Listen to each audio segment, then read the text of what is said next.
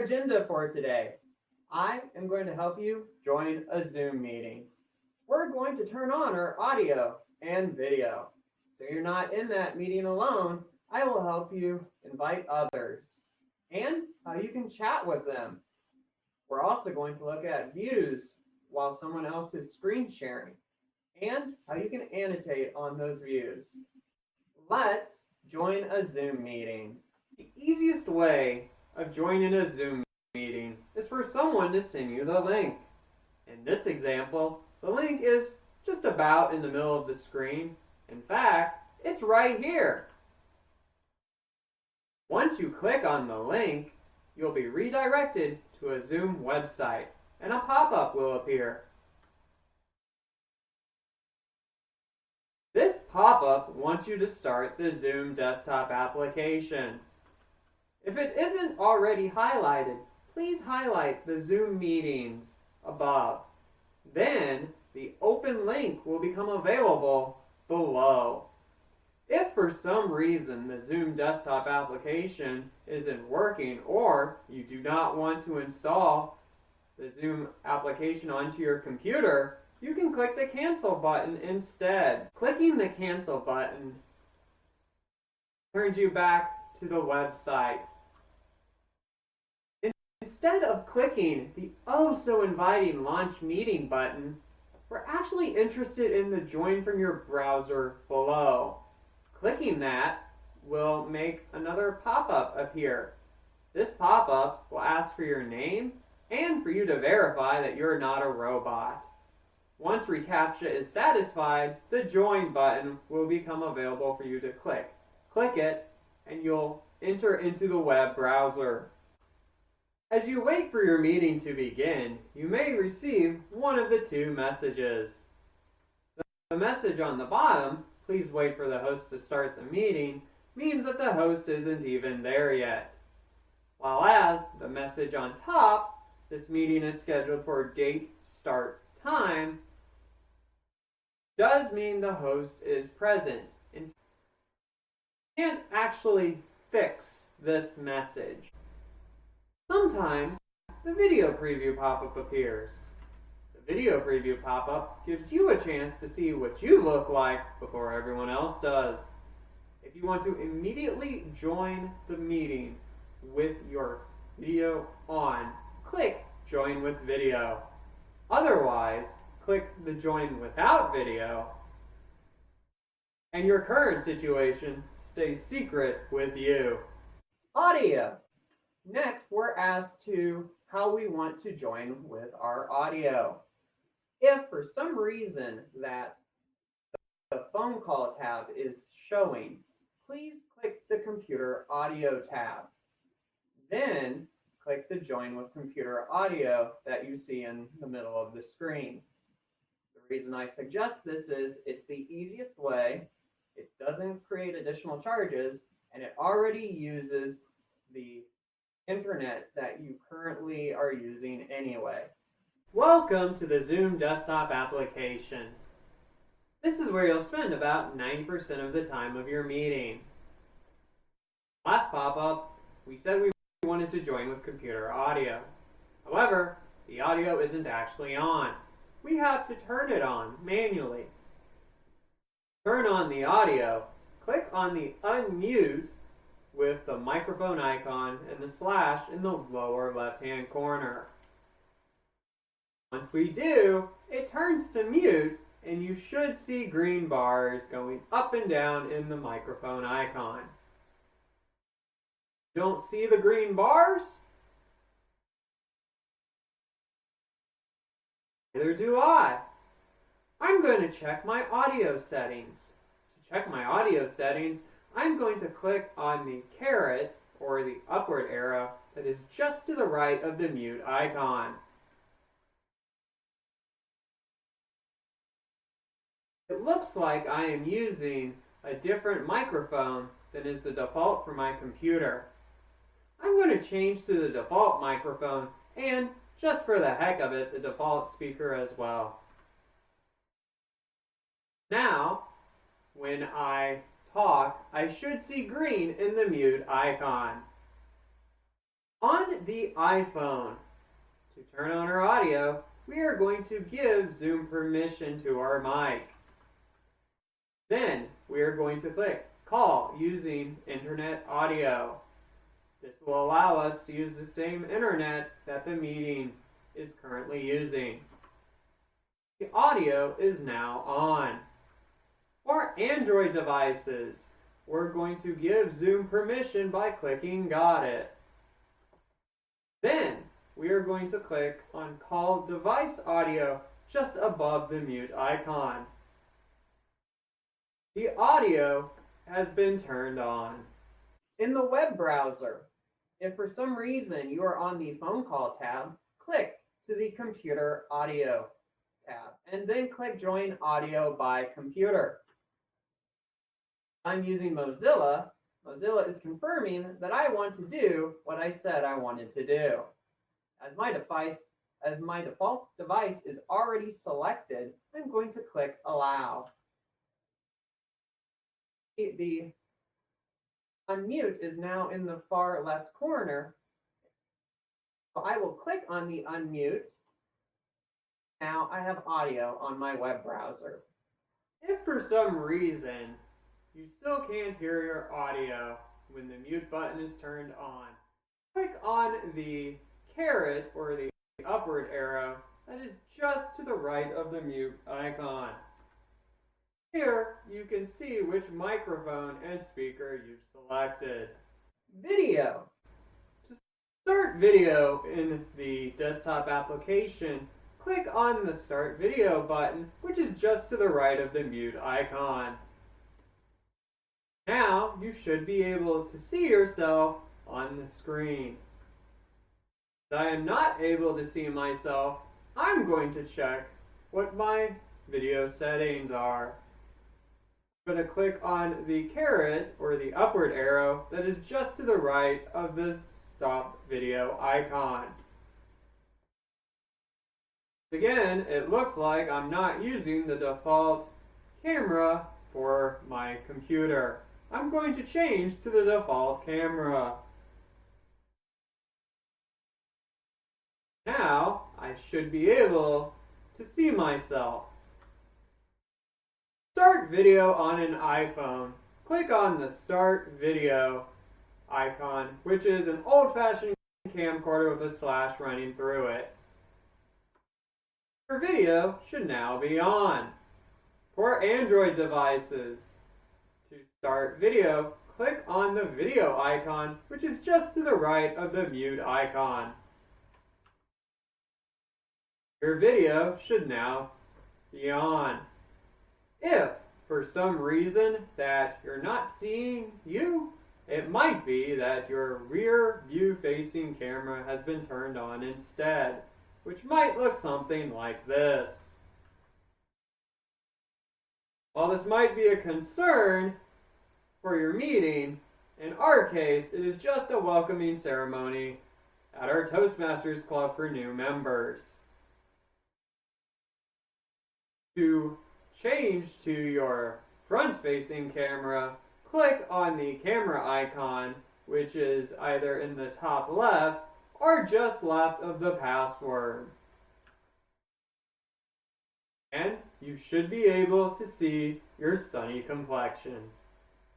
In the web browser, to start video, we're going to click on the Start Video icon, which is to the right of the audio icon. The Start Video icon is the old-fashioned camcorder with a slash running through it.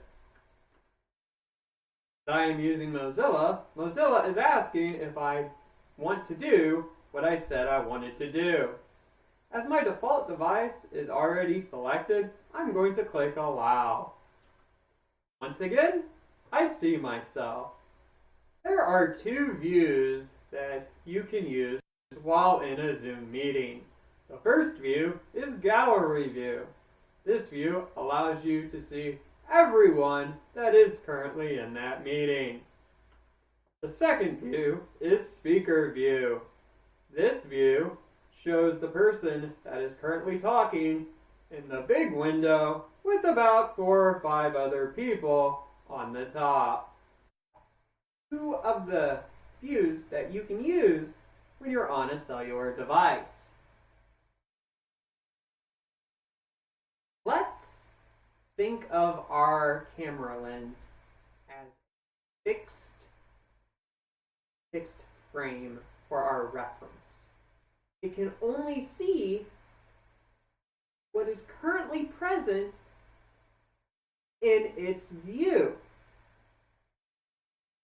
In other words, there's more to the Zoom meeting than what you're seeing on your screen. Now, I am aware that other tutorials like to use certain ways to describe this as swipe left, swipe right, crisscross. Okay, I'm joking on the crisscross. I just couldn't help myself. However, for our purpose, I think we should use a grasping or a grabbing motion, because what we're really doing is pulling stuff that is currently out of our reach towards us. In the same way, we're going to grab the right edge of the screen and pull what's over there towards us. This is how we get to gallery view. If we want to see the speaker view again, all we have to do is just pull on the left edge and bring it back towards our camera view. Background, virtual background. In the desktop application, to access the virtual background, we're going to click on the caret or the upward arrow that is just to the right of the stop video icon. Here, if we look underneath the cameras, we'll see choose virtual background. Once we click on it, the background and filters tab opens with the background showing. I can use some of the defaults that Zoom already has installed, such as the Golden Gate Bridge or Planet Earth. If I want to add other virtual backgrounds, I will click on the plus icon just to the right of the virtual Earth and choose pictures from my computer or those that I can find. Now, if I was actually in front of my camera, I would personally be in front of the planet Earth. I would like to point out that not all computers have the ability to perform the virtual background.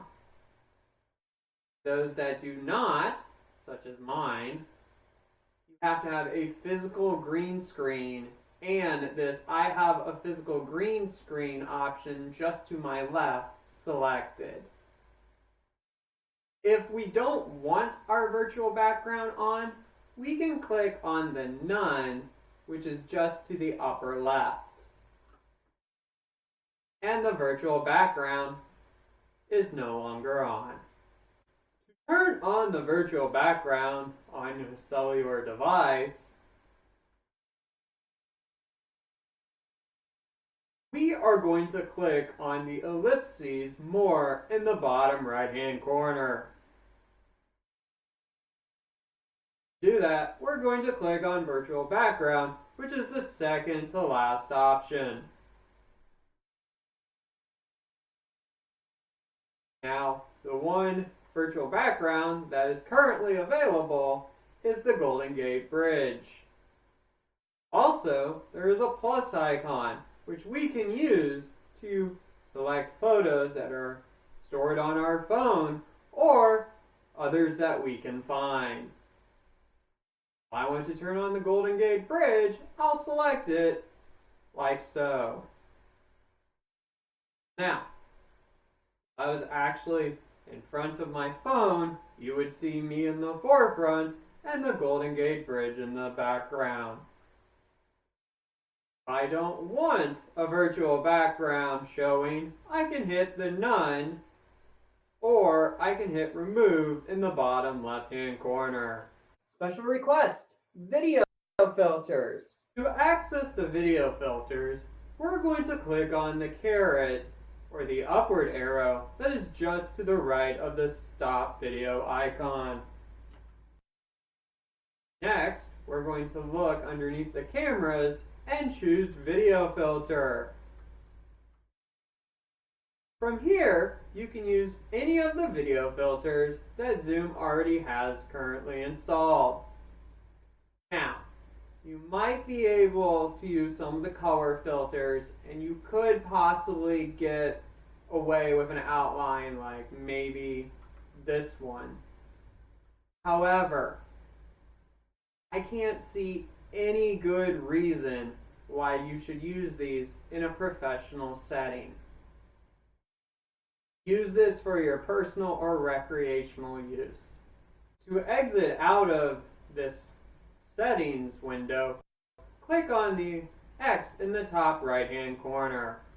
Special request, Studio Effects. Access Studio Effects. We are going to click on the caret, or the upward arrow, that is just to the right of the stop video icon. Then we can pick either choose virtual background or choose video filter. It doesn't matter, as both provide the option of Studio Effects. Studio Effects Beta is in the bottom right-hand corner. Once I click on that, the Studio Effects tab appears on my right. You can tell from the screen there is currently the options to change eyebrows, facial hair, and lip color. Never know, you might get a joker that does something like this in one of your meetings. To remove the virtual makeup, click the None box in each category that you currently have selected. Instead of clicking the close on the bottom right, click the close on the top right of this settings box to return to the main meeting window. Invitations. Because we don't want to be the only one in our meeting, let's invite some others. To invite other people, click on the caret, or the upward arrow, that is just to the right of the participants icon. Next, click on Invite. Here, I'm going to click on Email to move us to the other toggle. On this page, I have 4 different options to email, as well as other ways I can copy the invitation information. If I'm familiar with Gmail and have an account, I'm going to click on Gmail. Here, the information is already pre-populated, so all I have to do is just add recipients on top and hit send. Because we don't want to be the only one here in our web browser meeting, we're going to invite some other people.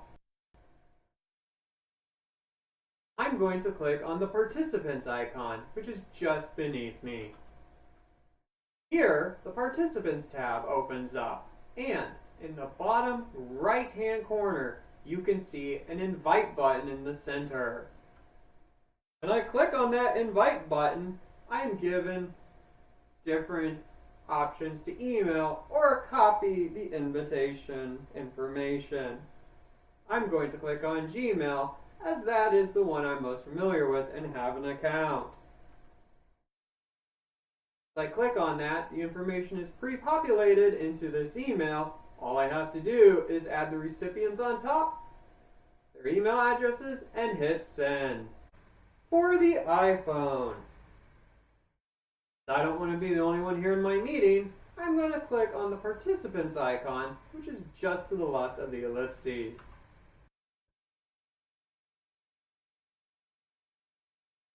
On the bottom of the participants icon is the invite button. If I hit the invite button, the options I have to invite other people appear. Depending on which option I choose will depend on which part of the phone sends the request. For Android, I'm going to hit the participants icon, which is just to the left of the ellipses. The participants appear. In the bottom left-hand corner is the invite button.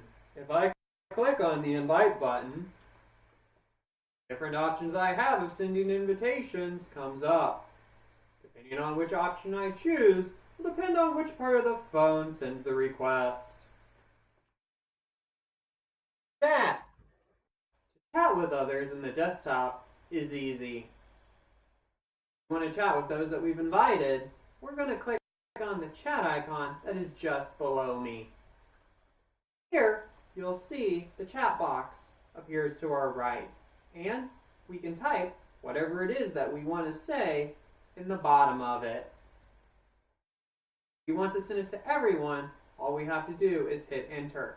If instead we want to send it to a specific person, we're going to change the caret or the downward arrow that is just next to everyone to the person that we wish to send the message.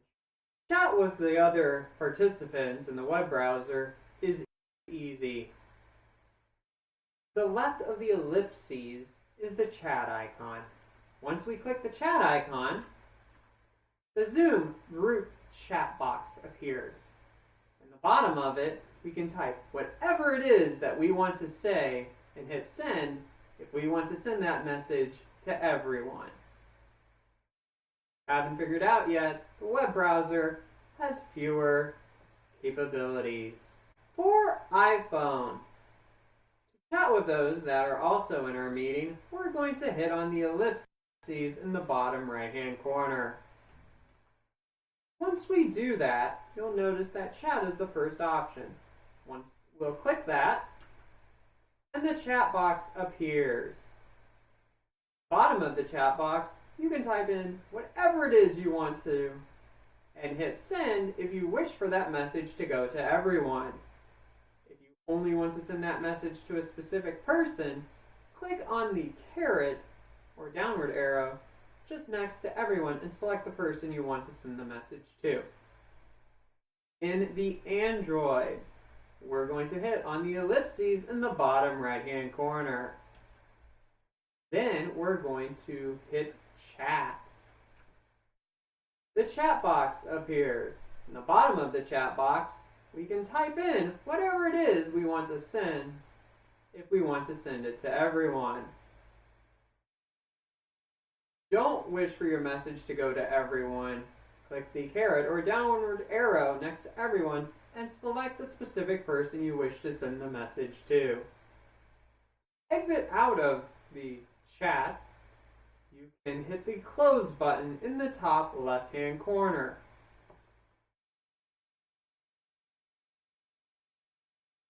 Special request. Use while screen sharing. While screen sharing, there's a couple of additional options you can do. Right now, I'm currently in gallery view while the shared document or presentation is currently being screen shared. If I don't want to be in gallery view, all I have to do is just click on the view button in the top right-hand corner of the window and change it to speaker view. Also, if I wish to change how big the shared document and speaker view are next to each other in side-by-side mode, I can click the bar between the two and alter their sizes, simulated as so.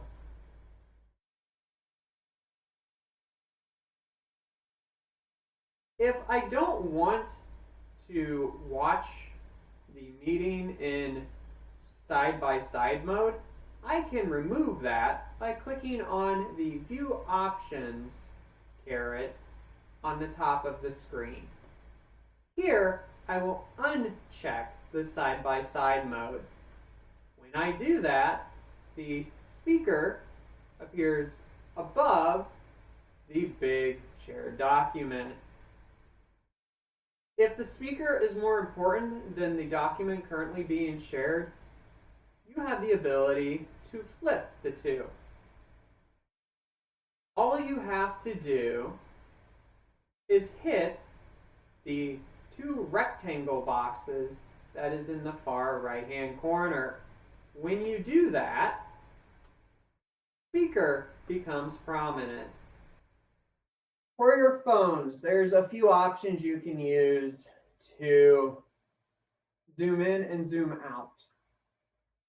What you do is, if you have a touch screen and it's on the shared document, in this case presentation, you just put your two fingers on, you expand them, and the screen will zoom out. Pull them closer together and the screen will zoom in. If you'd rather see the speaker, click on the speaker. In this case, it's in the bottom right-hand corner, and the two flip places. Special request, annotation. While someone else is screen sharing, you can interact with their shared document. In this case, it's a presentation on how to annotate. Use the Annotate tool. Click on the Annotate tool, which is on the top of the Zoom window. Now, if this was a real Zoom window, it would actually be above the You Are Viewing screen and view options. However, I wanted to make it easier for you to see. Then we're going to click on the Annotate tool, and our available options appear. I'd like to talk about three of those options. First one, Draw, gives us different ways we can draw lines, semi-transparent shapes, and filled-in shapes. The Format option allows us different colors, different line widths, and different fonts we can use while we are using the text tool. Finally, I would like to bring up the clear options. This allows you to clear your drawings, other people's drawings, or everyone's.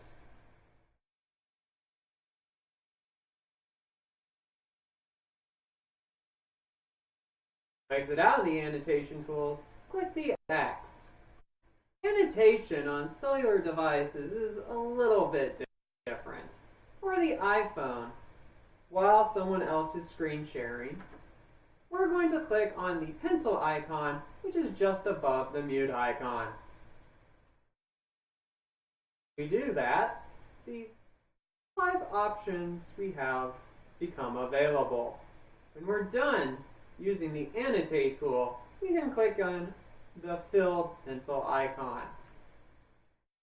For the Android, while someone else is screen sharing, we're going to click on the pencil icon that is just above the mute icon. Now, you'll see all the available options we have at our disposal. When we are done using the Annotate tool, we will click on the filled-in pencil icon.